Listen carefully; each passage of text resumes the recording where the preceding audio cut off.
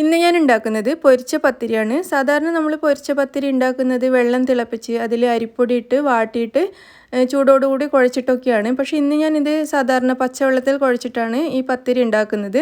അതുകൊണ്ട് തന്നെ ഉണ്ടാക്കാൻ നല്ല എളുപ്പമാണ്. നമുക്കിത് വാട്ടിയെടുക്കേണ്ട, അതുപോലെ ചൂടോട് കൂടിയിട്ട് കുഴച്ചെടുക്കേണ്ട ആവശ്യമൊന്നുമില്ല. വളരെ ഈസി ആയിട്ട് ഉണ്ടാക്കാൻ പറ്റിയ ഒരു രീതിയിലാണ് ഇന്ന് ചെയ്യുന്നത്. അപ്പോൾ ഞാനിത് ഞങ്ങളുടെ ഭാഗത്തൊന്നും ഈ പത്തിരി അധികം കാണാറില്ല. ഞാനിത് ആദ്യമായിട്ട് കഴിച്ചത് മലപ്പുറം ഒരു സ്ഥലത്ത് പോയപ്പോഴായിരുന്നു. അപ്പോൾ നല്ല രുചിയുണ്ടായിരുന്നു അതിന്. അതിന് ശേഷമാണ് ഞാൻ വീട്ടിൽ വന്നിട്ട് ഉണ്ടാക്കാൻ തുടങ്ങിയത്. അപ്പോൾ ഇതിപ്പോൾ ഞാൻ ഇടയ്ക്ക് ബ്രേക്ക്ഫാസ്റ്റിന് വേണ്ടിയിട്ട് ഉണ്ടാക്കാറുണ്ട്. പക്ഷേ ഞാൻ അവിടുന്ന് വാങ്ങി കഴിച്ചത് നല്ല തടിയുണ്ടായിരുന്നു. ഞാൻ അത്ര അധികം തടിയിൽ ഉണ്ടാക്കാറില്ല. പെട്ടെന്ന് വെന്ത് കിട്ടാൻ വേണ്ടിയിട്ട് ഒരല്പം നേരിയതായിട്ടാണ് ഞാൻ ഉണ്ടാക്കാറുള്ളത്. അപ്പോൾ എങ്ങനെയാണ് പച്ചവെള്ളത്തിൽ കുഴച്ചിട്ട് ഈ പത്തിരി ഉണ്ടാക്കുന്നതെന്ന് നമുക്ക് നോക്കാം. ആദ്യം തന്നെ നമുക്ക് പത്തിരിയിൽ ചേർക്കാൻ വേണ്ടിയിട്ട് കുറച്ച് സാധനങ്ങളൊന്ന് ചതച്ചെടുത്ത് വെക്കണം. അതിന് വേണ്ടിയിട്ട് ഞാനിവിടെ ഒരു 1/4 കപ്പ് തേങ്ങ എടുത്തിട്ടുണ്ട്. അതുപോലെ ഒരു 10-11 ചെറിയ ഉള്ളി എടുത്തിട്ടുണ്ട്. അതുപോലെ കുറച്ച് കറിവേപ്പിലയും 2 പച്ചമുളകും കൂടി എടുത്തിട്ടുണ്ട്. ഇനി ഇതെല്ലാം കൂടി നമുക്ക് മിക്സിയുടെ ഒരു ചെറിയ ജാറിലേക്ക് ഇട്ട് കൊടുക്കാം. തേങ്ങ 1/4 കപ്പാണ് എടുത്തിട്ടുള്ളത്. നിങ്ങൾക്ക് കൂടുതൽ വേണമെന്നുണ്ടെങ്കിൽ കൂടുതൽ ചേർത്ത് കൊടുക്കാം. ഇതെല്ലാം കൂടി ഞാനൊരു മിക്സിയുടെ ജാറിലേക്ക് മാറ്റുകയാണ്. അതിനുശേഷം ഇതിലേക്ക് നമുക്ക് 1 ടീസ്പൂൺ ചെറിയ ജീരകം കൂടി ചേർത്ത് കൊടുക്കാം.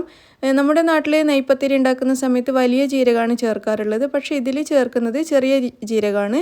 അപ്പോൾ 1 ടീസ്പൂൺ ചെറിയ ജീരകം ചേർത്ത് കൊടുത്തിട്ടുണ്ട്. ഇനി ഇതെല്ലാം കൂടി നമുക്കൊന്ന് ചതച്ചെടുക്കാം. ഇതിവിടെ ഒന്ന് ക്രഷ് ചെയ്തെടുത്തിട്ടുണ്ട്. കൂടുതൽ പേസ്റ്റ് പോലെ അരക്കണ്ട, ഇതുപോലെ ഒന്ന് ക്രഷ് ചെയ്തെടുത്താൽ മാത്രം മതി. ഇത് നമുക്കിവിടെ മാറ്റി വെക്കാം. എന്നിട്ട് നമുക്ക് അരി ആദ്യം ഒന്ന് കുഴച്ചെടുക്കാൻ വേണ്ടിയിട്ട് തുടങ്ങാം.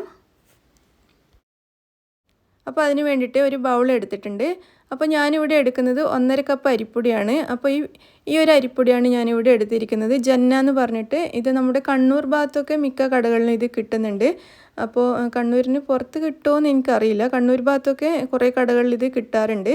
അപ്പോൾ ഇത് ചൂടുവെള്ളത്തിലൊന്നും കുഴക്കേണ്ട ആവശ്യമില്ല. ഇനിയിപ്പോൾ ഇടിയപ്പം ഉണ്ടാക്കാനാണെങ്കിലും ഇതുപോലെ പൊരിച്ച പത്തിരി അല്ലെങ്കിൽ സാധാരണ പത്തിരി, അതായത് കോഴിക്കോട് മലപ്പുറം ഭാഗത്തൊക്കെ ഉണ്ടാക്കുന്ന സാധാരണ പത്തിരി ഉണ്ടല്ലോ, അതൊക്കെ ഉണ്ടാക്കാനാണെങ്കിലും ഒക്കെ ഇത് പച്ചവെള്ളത്തിൽ മാത്രം കുഴച്ചാൽ മതി. ചൂടുവെള്ളത്തിൻ്റെ ആവശ്യമില്ല. അതുപോലെ നമുക്ക് ഇടിയപ്പം, ടയർ പത്തിരി അതൊക്കെ ഇങ്ങനെ ഉണ്ടാക്കാം. പച്ചവെള്ളത്തിൽ കുഴച്ചിട്ട് ഉണ്ടാക്കാൻ പറ്റുന്നതുകൊണ്ട് നമുക്ക് ഉണ്ടാക്കാൻ കുറച്ച് നല്ല എളുപ്പമാണ്. അപ്പോൾ ഞാനിവിടെ എടുത്തിരിക്കുന്നത് 1.5 കപ്പ് അരിപ്പൊടിയാണ്. ഇതിലേക്ക് ആവശ്യത്തിനുള്ള ഉപ്പും കൂടി ചേർത്ത് കൊടുക്കാം. എന്നിട്ട് ഈ ഉപ്പും അരിപ്പൊടിയും കൂടി നന്നായിട്ടൊന്ന് മിക്സ് ചെയ്തെടുക്കാം. രണ്ടും കൂടി നന്നായിട്ടൊന്ന് മിക്സ് ചെയ്തതിന് ശേഷം നമുക്കിതിലേക്ക് 1.5 ടീസ്പൂൺ വരെ കറുത്ത എള്ള് ചേർത്ത് കൊടുക്കാം. സാധാരണ ഇതിൽ ചേർക്കുന്നത് കരിഞ്ജീരകമാണ്. അപ്പോൾ എൻ്റെ കയ്യിൽ കരിഞ്ജീരകം ഇല്ലാത്തതുകൊണ്ടാണ് ഞാൻ കറുത്ത എള്ള് ചേർക്കുന്നത്. നിങ്ങളുടെ കയ്യിൽ കരിഞ്ജീരകം ഉണ്ടെങ്കിൽ അത് ചേർക്കുന്നതായിരിക്കും നല്ലത്. ഇനി നമ്മൾ നേരത്തെ ചതച്ച് വെച്ച ഉള്ളിയും തേങ്ങയൊക്കെ ചേർന്ന മിക്സ് ഇതിലേക്ക് ചേർത്ത് കൊടുക്കാം. എന്നിട്ട് അതും അരിപ്പൊടിയിലേക്ക് നന്നായിട്ടൊന്ന് മിക്സ് ചെയ്ത് കൊടുക്കാം.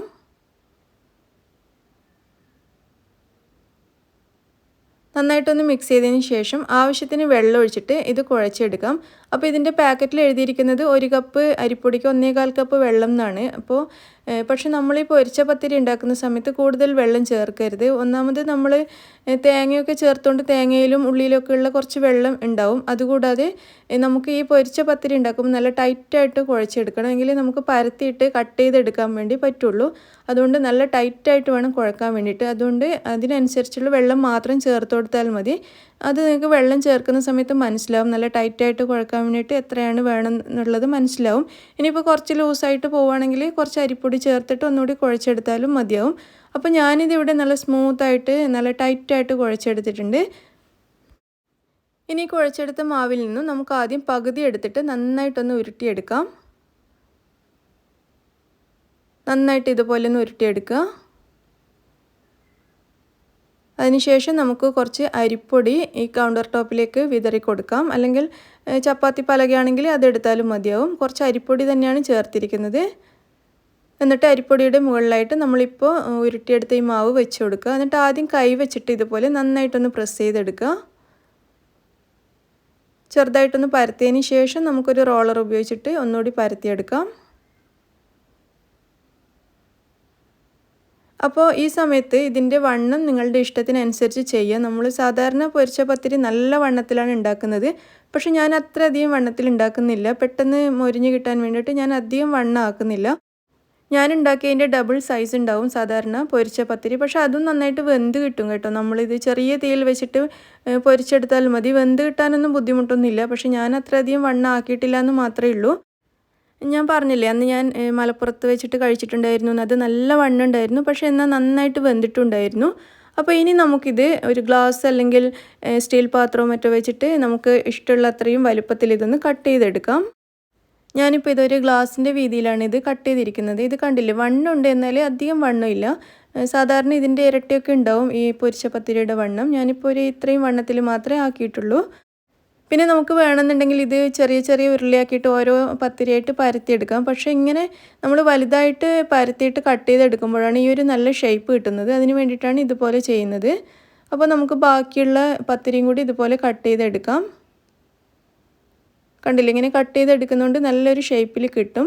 പിന്നെ നമ്മളിത് കട്ട് ചെയ്ത് കഴിഞ്ഞിട്ട് ബാക്കി വരുന്ന മാവുണ്ടല്ലോ, അത് കളയണ്ട കേട്ടോ. അത് നമുക്ക് ലാസ്റ്റ് എല്ലാം കൂടി വീണ്ടും വീണ്ടും പരത്തിയിട്ട് പത്തിരി ഇതുപോലെ കട്ട് ചെയ്തെടുക്കാം. നമുക്ക് ലാസ്റ്റ് വരുന്ന ഒരു പത്തിരി പോലും കളയരുത്. അത്രയും വരെ ഇത് വീണ്ടും വീണ്ടും നമുക്ക് ഉരുട്ടിയെടുത്ത് പരത്തിയിട്ട് പത്തിരി ഉണ്ടാക്കണം. അങ്ങനെ നമ്മുടെ പത്തിരി മുഴുവൻ പരത്തി റെഡിയാക്കി വെച്ചിട്ടുണ്ട്. 16 പത്തിരിയാണ് കിട്ടിയിരിക്കുന്നത് ഈ ഒരു അളവിൽ എടുത്തിട്ട്. ഇത് ചെറിയ പത്തിരി ആയതുകൊണ്ടാണ് കേട്ടോ. നല്ല വലുപ്പത്തിലാക്കുകയാണെങ്കിൽ ഒരു 8 എണ്ണമൊക്കെ കിട്ടുള്ളൂ. പിന്നെ നിങ്ങൾ കണ്ണൂർ കിച്ചൺ ഇതുവരെയും സബ്സ്ക്രൈബ് ചെയ്തിട്ടില്ലെങ്കിൽ ഇവിടെ കാണുന്ന ഈ ചുവന്ന ബട്ടൺ പ്രസ് ചെയ്തിട്ട് ഒന്ന് സബ്സ്ക്രൈബ് ചെയ്യൂ കേട്ടോ. അപ്പോൾ അതിൻ്റെ റൈറ്റ് സൈഡിൽ ഇതുപോലെ ഒരു ബെല്ലൈക്കൺ വരും. അത് ക്ലിക്ക് ചെയ്യുകയാണെങ്കിൽ 3 ഓപ്ഷൻ വരും. അതിൽ ഏറ്റവും മുകളിലുള്ള ഈ ഓൾ എന്ന് പറയുന്ന ഈ ഓപ്ഷൻ ക്ലിക്ക് ചെയ്ത് കഴിഞ്ഞാൽ ഞാനിടുന്ന എല്ലാ വീഡിയോസിൻ്റെയും നോട്ടിഫിക്കേഷൻ നിങ്ങൾക്ക് കിട്ടുന്നതായിരിക്കും. അപ്പോൾ ഇനി ഇത് നമുക്ക് ഫ്രൈ ചെയ്തെടുക്കാം. അതിന് വേണ്ടിയിട്ട് ചീനച്ചട്ടിയിൽ എണ്ണ ഒഴിച്ച് ചൂടാക്കാൻ വെച്ചിട്ടുണ്ട്. ഇതിപ്പോൾ നന്നായിട്ട് ചൂടായിട്ടുണ്ട്. ഇനി നമ്മൾ റെഡിയാക്കിയ പത്തിരി ഇതിലേക്ക് ഇട്ടിട്ട് നന്നായിട്ട് പൊരിച്ചെടുക്കാം. ഞാൻ ഒരേ സമയം ഇതിൽ 3 പത്തിരി ഇടുന്നുണ്ട്. അപ്പോൾ വലിയ കുറച്ച് വീതിയുള്ള പാത്രമൊക്കെ ആണെങ്കിൽ ഒരു 4-5 എണ്ണമൊക്കെ ഇട്ട് കൊടുക്കാവുന്നതാണ്. അപ്പോൾ ഇനി ഇത് നമുക്ക് നന്നായിട്ട് പൊരിച്ചെടുക്കാം. ഒരു മീഡിയം ഫ്ലെയിമിൽ വെച്ചിട്ടാണ് ഞാനിത് പൊരിച്ചെടുക്കുന്നത്. അപ്പോൾ ഞാൻ നേരത്തെ പറഞ്ഞതുപോലെ നല്ല വണ്ണമുള്ള പത്തിരിയാണ് നിങ്ങൾ ഉണ്ടാക്കുന്നതെങ്കിൽ ഫ്ലെയിം നല്ലോണം കുറച്ചിട്ട് പൊരിച്ചെടുക്കുന്നതായിരിക്കും നല്ലത്. എങ്കിൽ അതിൻ്റെ ഉള്ളൊക്കെ നന്നായിട്ട് വെന്ത് കിട്ടുള്ളൂ. പത്തിരി നല്ലൊരു ഗോൾഡൻ കളറാകുന്നത് വരെ നമുക്ക് ഫ്രൈ ചെയ്തെടുക്കാം. ഒരു ഭാഗം റെഡി ആയി കഴിഞ്ഞിട്ടുണ്ട്. നമുക്കിതൊന്ന് തിരിച്ചിട്ട് കൊടുക്കാം. എന്നിട്ട് മറ്റേ വശവും കൂടി നന്നായിട്ടൊന്ന് ഫ്രൈ ചെയ്യാം.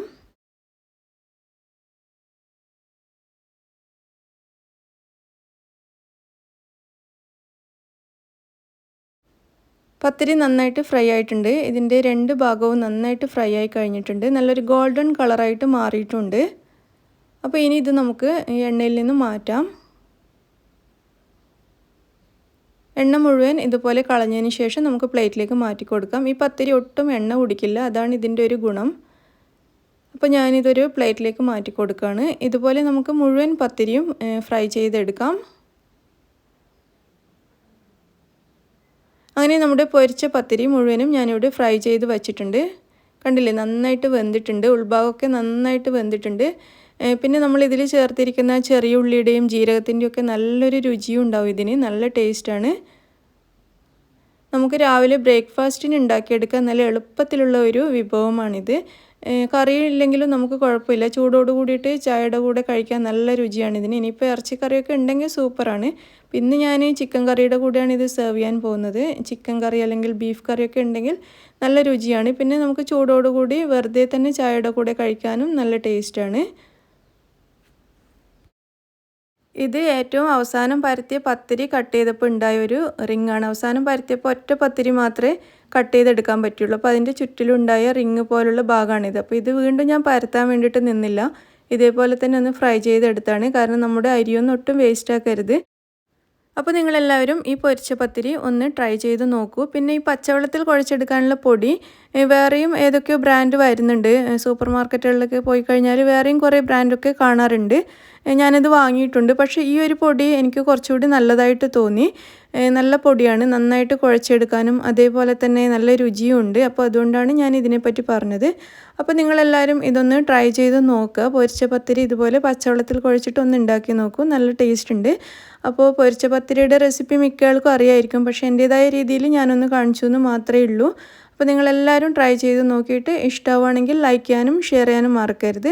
അതുപോലെ നിങ്ങളുടെ അഭിപ്രായം അറിയിക്കാൻ മറക്കരുത്. നിങ്ങൾ എൻ്റെ ചാനൽ ഇതുവരെയും സബ്സ്ക്രൈബ് ചെയ്യാത്തവരാണെങ്കിൽ പ്ലീസ് സബ്സ്ക്രൈബ് ചെയ്യാൻ മറക്കരുത്. താങ്ക്